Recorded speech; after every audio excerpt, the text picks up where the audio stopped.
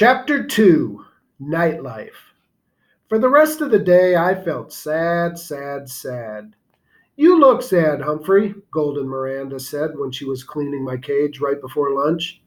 According to the chart Miss Mack had left, it was her turn to take care of me. Thank goodness. Miranda was the best cage cleaner, and she never said yuck.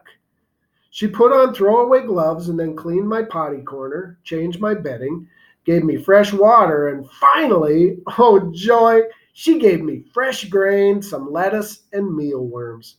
This will make you happy, she said, as she slipped me the special treat she'd brought from home, cauliflower.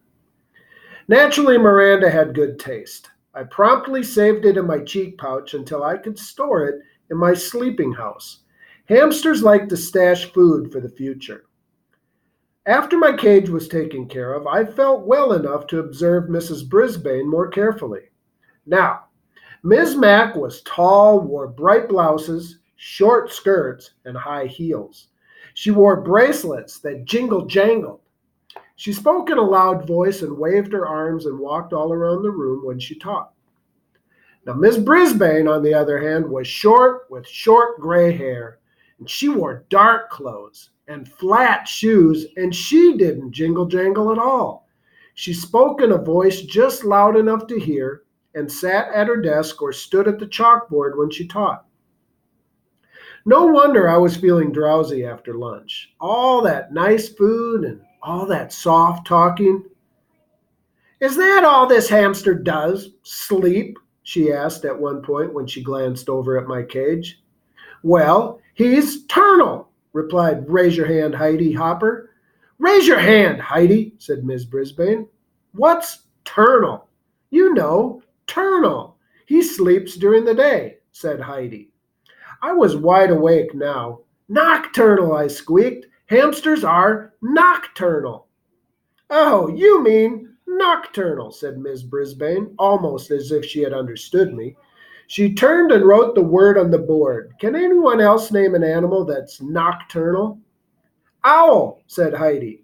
"Raise your hand, Heidi," said Miss Brisbane. "But that is correct. An owl is nocturnal. Anyone else?" A voice shouted out, "My dad!" Miss Brisbane looked around. "Who said that?" "He did, AJ." Garth Tugwell pointed at AJ. Both boys sat at the table nearest to my cage. "What about your dad?" Miss Brisbane asked. AJ squirmed in his seat. "Well, my mom always says my dad is nocturnal because he stays up so late watching TV. Stop Giggling Gale and a few other students snickered. Miss Brisbane didn't crack a smile. "Her use of the word is correct," she said, "though technically humans are not nocturnal. Any others?" Eventually, the class came up with more names of nocturnal animals like bats and coyotes and opossums, and Mrs. Brisbane said that the class would be learning more about animal habits later in the year. If she'd just look at me, she could learn a lot, but I noticed for the rest of the day that Mrs. Brisbane stayed far away from my cage, as if I had a disease or something. She read a mighty fine story to use in the afternoon, though in fact, I couldn't get back to my nap afterwards. It was about a scary house and these scratching noises and a ghost. Thump, thump, thump. The ghost came down the hall. Oh, I had shivers and quivers. I have to say, Miss Brisbane knows how to read a story. Her voice changed and her eyes got wide, and I forgot about her gray hair and her dark suit. To squeak the truth, my fur was on end. The story had a funny ending because it turned out that the ghost wasn't a ghost at all. It was an owl. At the end of the story, everyone laughed, even Mrs. Brisbane. I was beginning to think that life with this new teacher wouldn't be so bad, but I changed my mind when the bell rang at the end of the day, and all my classmates raced out of the room, leaving me alone with her. She erased the chalkboard and gathered up her papers. I could tell that we'd be going home soon. Suddenly, I began to worry. What if Mrs. Brisbane lived in a scary house with spooky noises and a thumping ghost? Or even worse, What if Miss Brisbane had a scary pet, like a dog? My mind was racing as fast as I was spinning my wheel when she finally approached and looked down at me, frowning. Well, you're on your own now, she said, and with that she closed the blinds and walked away. But I heard her mutter rodent under her breath. She left the classroom and closed the door. She left me alone, all alone in room 26. I had never ever been alone before. As the room slowly grew darker and quieter, I thought back to the happy times at Miss Mack's apartment. There were always cheery lights on and music and telephone talking and, oh dear, during the day I never noticed how the clock on the wall ticked off the seconds one by one very loudly. Tick, tick, tick. I was feeling sick, sick, sick. I wondered if there were any owls around room 26 or ghosts. I tried to pass the time by writing in my notebook about Petorama and my days at Miss Mack's apartment. Writing took my mind off my jittery nerves, but eventually my writing paw began to ache and I had to stop my scratchings. If only I could roam free as I had at Miss Mack's apartment. And then I remembered the lock that doesn't lock. It only took a few seconds to jiggle the door open, and I skittered across the table. Then, grasping the top of the table leg tightly, I closed my eyes and slid to the ground. Ah, freedom! I dashed along the shiny floor. I darted between the tables and chairs. I stopped to nibble a peanut underneath Stop Giggling Gail's chair. It tasted delicious and made the coolest crunching sound. I chewed and I chomped and I gnawed and I nibbled, and when I stopped, I heard the sound. Thump, thump, thump. Just like the story Miss Brisbane had read us. Thump, thump, thump. Closer and closer down the hall, coming towards room 26. Then rattled, scratch, rattled, scratch. Thump, thump, thump. Suddenly, I longed for the protective comfort of my cage, and I dropped what was left of the peanut and scampered back. But when I got to the table, I thought a terrible thought. I had slid down the smooth, shiny leg straight down. But how was I going to climb up again? I flung myself against the table leg, grabbed on, and pushed up, up, up. But I had only made a little progress when I began to slide down, down, down. I was right back where I'd started. And the rattling got louder. The sounds weren't coming towards room 26 anymore. They were coming in room 26.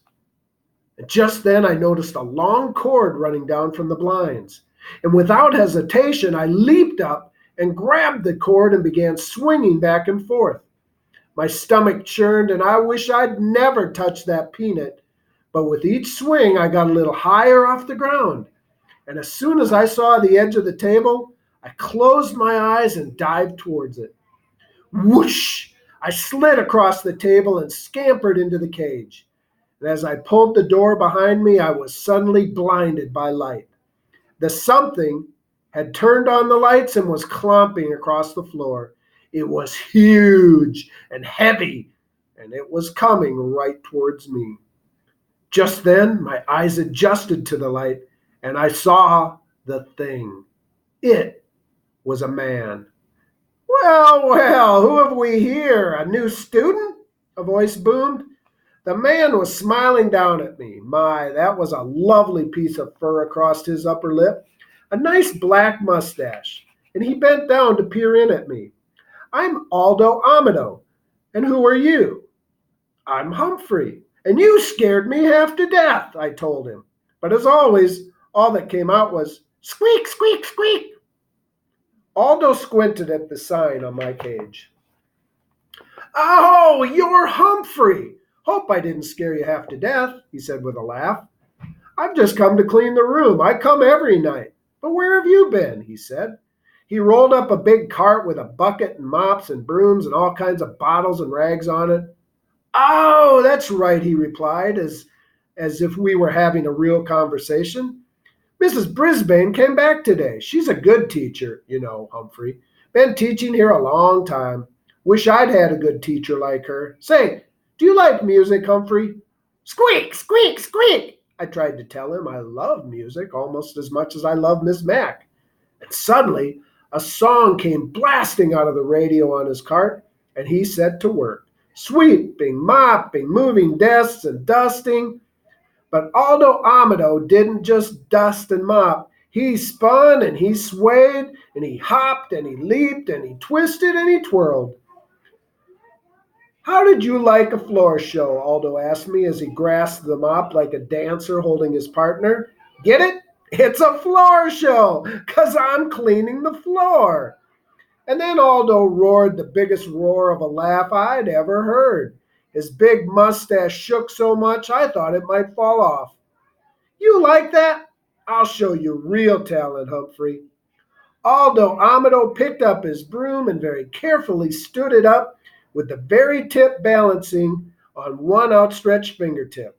It wiggled from side to side, but Aldo moved with the broom and managed to keep it balanced straight in the air for an amazingly long time.